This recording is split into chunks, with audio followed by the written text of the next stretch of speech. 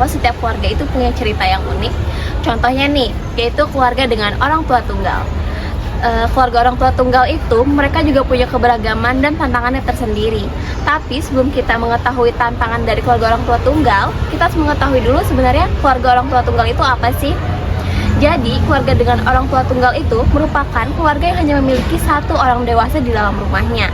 Nah, orang tua ini bisa berupa ibu, ayah. Nah, jadi dalam keluarga dengan orang tua tunggal ini, satu orang dewasa itu memikul banyak peran, seperti tanggungan biaya sekolah, terus biaya kehidupan sehari-hari, dan pola pengasuhan kepada anaknya.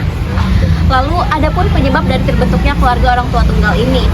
Yang pertama, kondisi keluarga orang tua tunggal itu dapat terjadi karena adanya perceraian. Kemudian, kelahiran anak di luar pernikahan, lalu kematian pasangan. Kemudian bisa juga kalau misalkan orang luar itu, bahkan orang sini juga pernah melakukannya, mereka yang memilih untuk tidak menikah tapi mengadopsi anak. Nah, kondisi seperti inilah yang akan membawa dinamika unik dalam keluarga yang memiliki orang tua tunggal. Jika dilihat dari data, menurut data BPS di tahun 2022, sekitar 74,5% keluarga orang tua tunggal di Indonesia adalah ibu tunggal. Sedangkan ayah tunggal berjumlah sekitar 25%.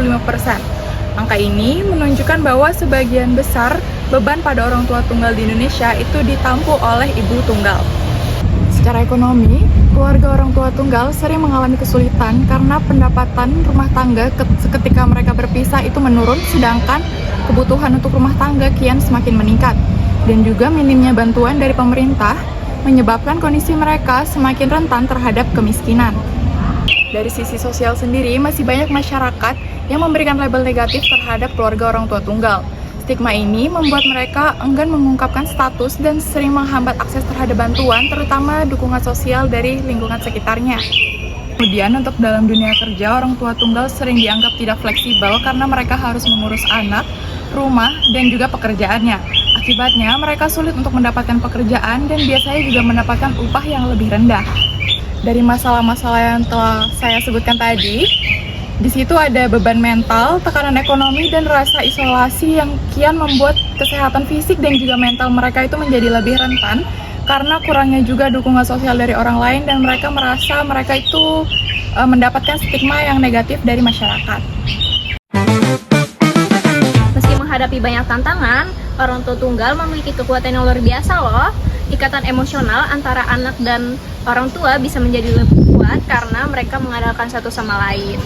Anak-anak juga cenderung tumbuh lebih mandiri dan bertanggung jawab karena terlibat dalam pekerjaan rumah tangga dan pengambilan keputusan kecil. Orang tua tunggal biasanya lebih terampil dalam mengatur prioritas, mulai dari keuangan hingga waktu, sehingga fokus mereka tertuju pada kebutuhan yang benar-benar penting.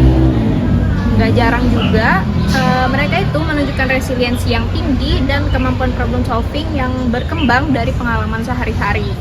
Tapi tekanan emosional yang tinggi menjadi kerentanan utama orang tua tunggal nih. Banyak orang tua tunggal yang mengalami rasa kesepian, lelah mental, dan stres berkepanjangan karena mikul tanggung jawab dengan sendiri. Masalah ekonomi juga lebih berat karena semua kebutuhan keluarga ditanggung oleh satu pendapatan saja. Ditambah lagi nih, terbatasnya dukungan pengasuhan membuat mereka sering kewalahan dalam menyimakkan pekerjaan, mengurus rumah, dan juga mendampingi anak. Dalam beberapa kasus, kurangnya waktu untuk diri sendiri juga menurunkan kesehatan fisik dan kesehatan mental mereka juga. Oke, jadi kita bisa kok ngebantu keluarga tunggal, tapi gimana caranya? 1. Memberikan mereka dukungan baik secara emosional maupun material. Yang kedua, kita mengadakan pelatihan juga pemberdayaan ekonomi.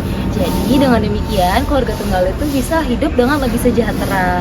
Yang terakhir yaitu mengadakan beasiswa atau program pendanaan pendidikan lainnya supaya kita bisa memastikan masa depan dari anak-anak yang berasal dari keluarga tunggal ini lebih sejahtera.